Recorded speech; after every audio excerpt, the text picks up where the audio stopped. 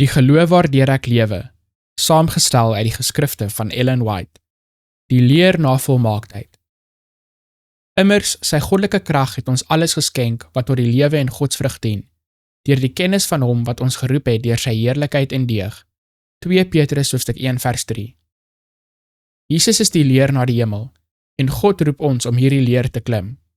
Maar ons kan dit nie doen terwyl ons onsself met aardse skatte belaai nie. Ons doen onsself onreg aan wanneer ons gerief en persoonlike voordele bo die dinge van God stel. Daar is geen verlossing in aardse besittings of omgewing nie. 'n Man word nie in God se oë verhef of deur God geakkrediteer as iemand wat goedheid besit omdat hy aardse rykdom het nie. As ons 'n ware ervaring in klim opdoen, moet ons elke hindernis agterlaat. Diegene wat klim, moet hul voete stewig op elke trappie van die leer plaas.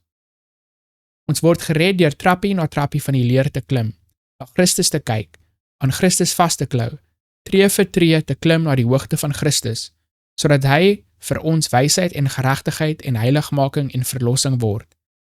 Geloof, deeg, kennis, matigheid, geduld, godsvrug, broederlike vriendelikheid en liefdadigheid is die trappies van hierdie leer. Moed, standvastigheid, geloof en onvoorwaardelike vertroue in God se krag om te red is nodig. Hierdie hemelse genadegawes kom nie in 'n oomblik nie. Hulle word verkry deur die ervaring van jare.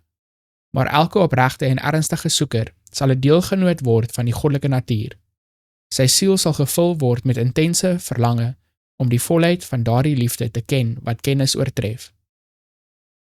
Soos hy vorder in die goddelike lewe, sal hy beter in staat wees om die verhewe, veredelde waarhede van die woord van God te begryp, totdat hy, deur te aanskou, verander word en in staat gestel word om die gelykenis van sy verlosser te weerspieël. Kind van God, engele hou die karakter dop wat jy ontwikkel. Hulle oorweeg jou woorde en dade. Let dus op jou weë. Bewys of jy in die liefde van God is. Om God bo alles lief te hê en ons naaste soos onsself, is ware heiligmaking.